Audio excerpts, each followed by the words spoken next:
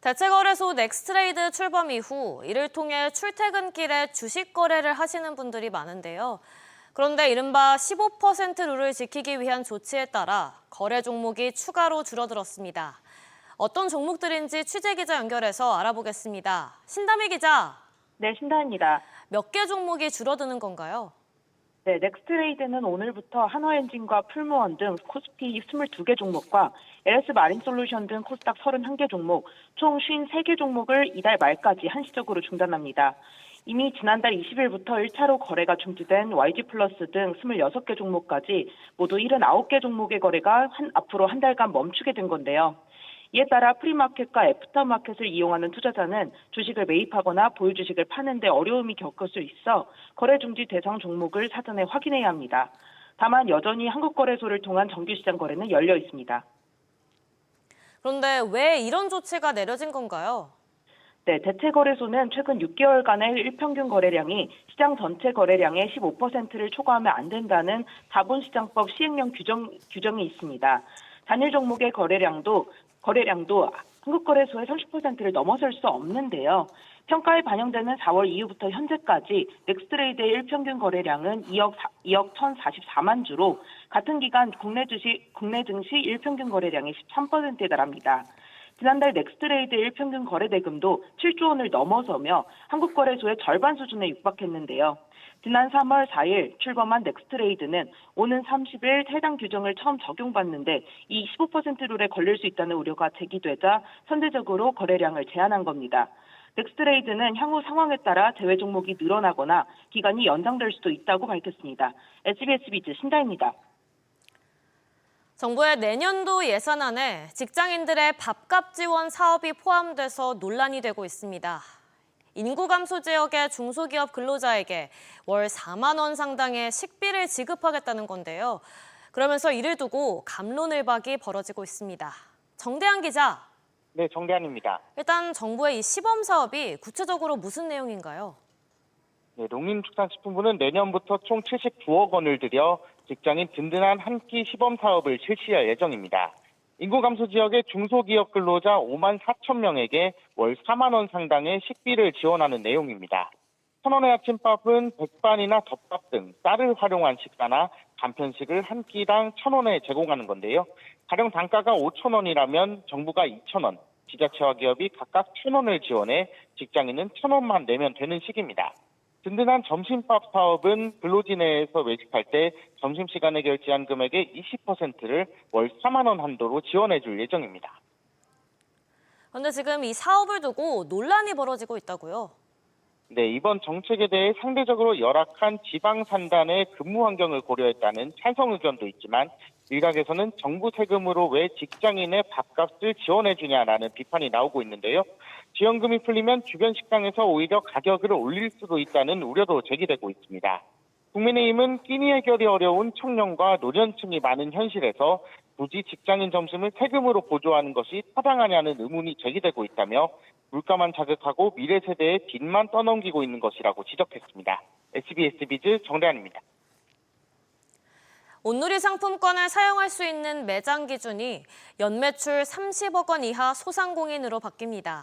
이에 따라 유명한 빵집인 성심당과 같이 매출 기준을 넘는 매장에서는 앞으로 온누리 상품권을 쓸 수가 없게 되는데요. 이정민 기자. 네, 이정민입니다. 이렇게 되면서 상품권의 사용처가 줄어드는 거네요. 네, 현재 온누리 상품권 사용처는 지류형 약 20만 곳, 디지털형은 약 14만 곳인데요. 전국 전통시장과 상권 활성화구역 도소매업 매장, 종합병원, 치과, 학원 등이 포함되는데 매출 기준은 없었습니다. 앞으로는 매장별 연매출 30억 원 이하로 사용처를 제한함에 따라 이 가운데 1,000여 곳이 사용처에서 제외됩니다. 이에 따라 성심당의 경우 매장별 연매출이 30억 원을 넘는 것으로 알려진 만큼 앞으로는 온누리 상품권을 쓸 수 없을 전망입니다. 그동안 이 온누리 상품권의 사용처를 두고 논란이 끊이지 않았기 때문이죠. 네, 일부 대형 업체들이나 명품을 취급하는 점포들까지도 혜택을 받는가 하면 아예 사용처가 아닌 곳에서 이른바 꼼수 사용이 지적되었습니다. 주류 도소매업은 온누리 상품권 가맹점 제외 업종이지만 식자재 마트와 같은 식품 잡화점 주류 코너에서는 고가의 술을 살 수 있는 시기였습니다. 중기부는 이번 매출 기준 마련으로 고가의 사치품이나 주류 취급 업종을 제한하는 한편 영세소상공인과 취약상권 활성화에 기여할 것이라고 설명했습니다. SBS 비즈 이정민입니다. 오늘부터 예금 보호 한도가 5천만 원에서 1억 원으로 높아집니다. 이에 따라 더 큰 금액이 보호되면서 은행보다 금리가 높은 저축은행 등 제2금융권으로 뭉칫돈이 옮겨가는 머니무브가 발생할 거란 관측이 나오는데요. 이한승 기자. 네, 이한승입니다. 일단 먼저 오늘부터는 예금도 1억 원까지 보호가 되는 건가요? 네, 그렇습니다. 정확히는 한 금융회사에 있는 모든 예금의 원금과 이자를 포함해 1억 원까지입니다. 예적금뿐만 아니라 보험계약 해약 환급금이나 증권사 투자자 예탁금 등과 같은 원금 보장형 상품도 보호됩니다. 퇴직연금과 개인 종합자산관리계좌 ISA는 예금과 같은 보호 상품으로 운용되는 경우에만 보호받을 수 있습니다. 펀드와 같은 금융투자 상품과 증권사 자산관리계좌 CMA 등 운용 실적에 따라 지급액이 달라지는 금융상품은 보호되지 않습니다. 그런데 이 금리가 높은 곳으로 자금이 이동하는 이 머니무브의 가능성은 없을까요? 가능성은 있지만 아직 잠잠한 상황입니다. 금융당국은 지난 2023년 국회에 제출한 자료를 통해 보호 한도를 1억 원으로 올렸을 때 저축은행 예금이 최대 25% 증가할 것으로 추정했습니다. 저축은행 수신잔액이 100조 원 안팎이라는 점에서 25조 원가량 불어날 수 있다는 의미입니다. 최근 1년 만기 정기예금을 보면 은행 금리가 2% 중후반대인데 저축은행이 3%대 초반에 불과해 머니무브 가능성이 낮다는 전망도 나옵니다. 하지만 예금 만기가 집중된 4분기 대규모 자금 이동 가능성이 있기 때문에 금융당국도 지속적으로 모니터링한다는 입장입니다. 권대영 금융위 부위원장은 보호한도 상향으로 두기 두터워졌으니 자금을 적재적소로 흘려보낼 수 있는 생산적 금융의 핵심 플레이어가 되어달라며 금융회사들에 당부했습니다. SBS 비즈 이한승입니다. 서울시가 폐파출소와 같은 활용도가 떨어지는 공공부지를 대상으로 부동산 조각투자, 이른바 토큰증권 방식을 도입합니다. 이를 통해 시민이 공공부지를 직접 투자하고 수익을 공유할 수 있게 되는데요. 취재기자 연결해서 자세히 알아보겠습니다. 박연신 기자. 네, 박연신입니다. 일단 먼저 이 부동산 조각투자가 어떤 사업이고 또 어떤 곳에 투자가 진행되나요? 부동산 조각 투자는 특정 부동산을 수익 증권화해 다수의 투자자가 소액으로 분산 소유하는 방식입니다. 서울시는 현재 사용되지 않거나 활용이 잘 안 되고 있는 폐파출소 가운데 입지 여건이 좋은 것을 선정해 토큰 증권 시범 사업에 나서기로 했는데요. 검토 중인 후보지는 동작구 상도동의 상도 5 치안센터와 은평구 신사동의 신사 1 치안센터입니다. 이를 위해 서울시는 지난 28일 부동산 수익증권 유통 플랫폼을 운영하는 루센트블록과 협약을 맺고 공공자산 토큰화 사업 공동 추진과 시민 대상 정보 지원, 정책 제안 등에 협력하기로 했습니다. 그렇다면 이번 사업에서 시민들의 투자는 어떤 방식으로 진행이 되나요? 시민이 투자에 참여하면 공공자산에서 발생하는 임차료 수익과 향후 매각으로 인한 차익을 배당받을 수 있습니다.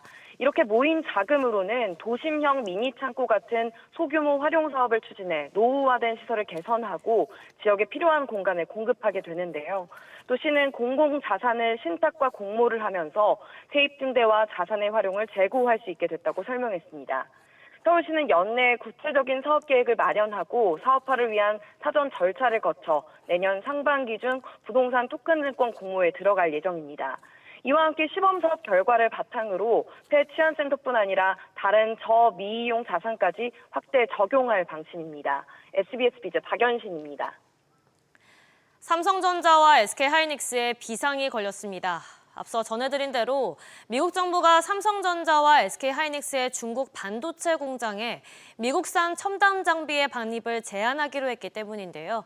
우리 기업에 어떤 영향을 미칠지 자세한 내용은 취재기자 연결해서 알아보겠습니다. 이한나 기자. 네, 이한나입니다. 미국 정부가 우리 기업이 반도체 장비를 중국에 반입하는 데 있어서 제동을 걸었죠? 네, 현지 시간 29일 미 상무부 산업안보국은 중국 법인의 VEU, 검증된 최종 사용자 지위를 철회한다고 발표했습니다. VEU 지위가 철회된 삼성전자와 SK하이닉스 중국 법인은 향후 중국 공장으로 미국산 반도체 장비 등을 반입할 때마다 미국으로부터 개별 수출 허가를 받아야 합니다. 특히 기존 공장의 운영용 장비 반입은 허가하겠지만 증설이나 기술, 업그레이드를 위한 장비는 반입 승인을 내주지 않겠다고 밝혔습니다. 이번 조치는 다음 달 2일 관보에 정식 게시되고 이로부터 120일 후부터 실행됩니다. 이에 따라 삼성전자와 또 SK하이닉스에 어떤 타격이 있을까요? 네, 중국은 삼성전자와 SK하이닉스의 핵심 생산 거점 중 하나입니다. 양사가 2010년 이후 중국 반도체 공장에 투입한 금액은 최소 50조 원입니다. 조치가 시행되면 단기적으로는 생산 차질을 배제할 수 없는데 미국 정부가 제때 장비 반출을 승인해주지 않을 수 있기 때문이고요. 설비 고도화 역시 제한되는데요. 삼성, SK의 중국 공장은 주로 범용 제품을 생산하지만 최근 중국 내 첨단 메모리 수요 증가로 고급 장비 도입 필요성이 높아지고 있어 타격이 불가피합니다. 첨단 장비의 경우 반입이 지연되면 중국 공장은 구형 메모리 생산 기지로 머물 수밖에 없고 이는 경쟁력 약화로 이어질 수 있습니다. SBS 비즈 이한나입니다. 이렇게 미국의 통상 압박이 관세 영역 밖에서도 여전히 거센데도 불구하고 수출은 역대 최대의 기록을 계속 경신하고 있습니다. 지난달에도 역대 8월 가운데 가장 많은 수출을 기록했는데요. 반도체와 자동차 등 주력 품목들이 미국 관세 영향 속에서도 계속해서 힘을 낸 결과입니다. 자세히 짚어보겠습니다. 최윤아 기자. 네, 최윤아입니다. 일단 먼저 8월 수출액이 얼마나 되나요? 산업통상자원부에 따르면 지난달 수출은 1년 전 같은 기간보다 1.3% 증가한 584억 달러입니다. 수입은 4% 감소한 518억 9천만 달러로 수입은 줄고 수출은 늘면서 무역 수지는 65조 1천억 달러 흑자를 기록했습니다. 기존 수출 주력 품목인 반도체와 자동차, 선박 등이 모두 뚜렷한 증가세를 보였는데요. 지난달 반도체 수출은 1년 전 같은 기간보다 27.1% 늘어난 151억 달러로 지난 6월 기록했던 사상 최대 실적인 134억 달러를 2달 만에 훌쩍 뛰어넘었습니다. 자동차는 3개월 연속 지난해 같은 달보다 증가세를 유지하면서 역대 8월 중 최대 실적인 55억 달러를 기록했습니다. 선박 수출은 11.8% 늘어 31억 4천만 달러를 기록했습니다. 미국 정부의 관세 정책에 따른 영향도 있었나요? 네, 재미 수출이 크게 줄었습니다. 지난해 8월보다 12% 감소한 87억 4천만 달러를 기록했는데요. 자동차와 일반 기계, 철강 등 관세 영향을 받는 품목에서 감소세가 두드러졌습니다. 대중 수출도 2.9% 소폭 감소하면서 기존 주요 수출처에서 모두 주춤하는 모습을 보였습니다. 그럼에도 중국 다음 규모 수출처인 아세안 수출이 109억 달러로 11.9% 급증하면서 역대 8월 중 1위를 기록해 전체 수출을 견인했습니다. SBS 비즈 최윤아입니다. 이런 가운데 지난주 끝장 교섭에 들어간 SK하이닉스의 노사가 올해 임금 교섭에 대한 결론을 냈습니다. 양측은 지난 교섭에서 성과급을 중심으로 의견차를 좁혔는데요. 우선 사측은 창사 첫 파업위기를 일단락시키면서 한숨을 돌리게 됐습니다. 김한나 기자. 네, 김한나입니다. SK하이닉스의 노사가 갈등을 봉합했죠. 네, 그렇습니다. SK하이닉스 노사는 오늘 오전 10시 30분 올해 임금단체 협상 교섭에 잠정 합의했습니다. 이번 자리에는 광노정 SK하이닉스 대표와 한국노총 소속의 이천 청주공장 전임직 노조위원장, 민주노총 산하의 기술사무직 노조위원장이 참석했습니다. 기술사무직 노조의 경우 오후 2시 노조원을 대상으로 잠정 합의안 설명회를 진행하고 내일부터 사흘간 조합원 투표에 들어갈 예정인데요. 전임직 노조는 같은 시간 대의원 총회에서 잠정 합의안 설명회를 하고 오는 4일 찬반 투표에 돌입합니다. 그간 이 성과급 기준이 문제가 된 거죠? 네, 그렇습니다.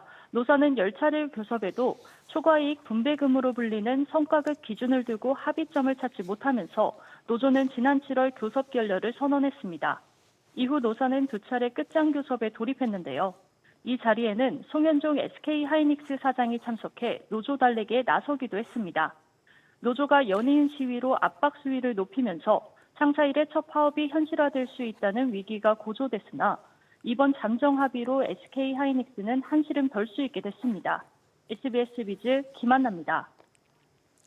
일하다 사고가 났을 때와 달리 질병에 걸린 경우 산재 인정이 더 어렵습니다.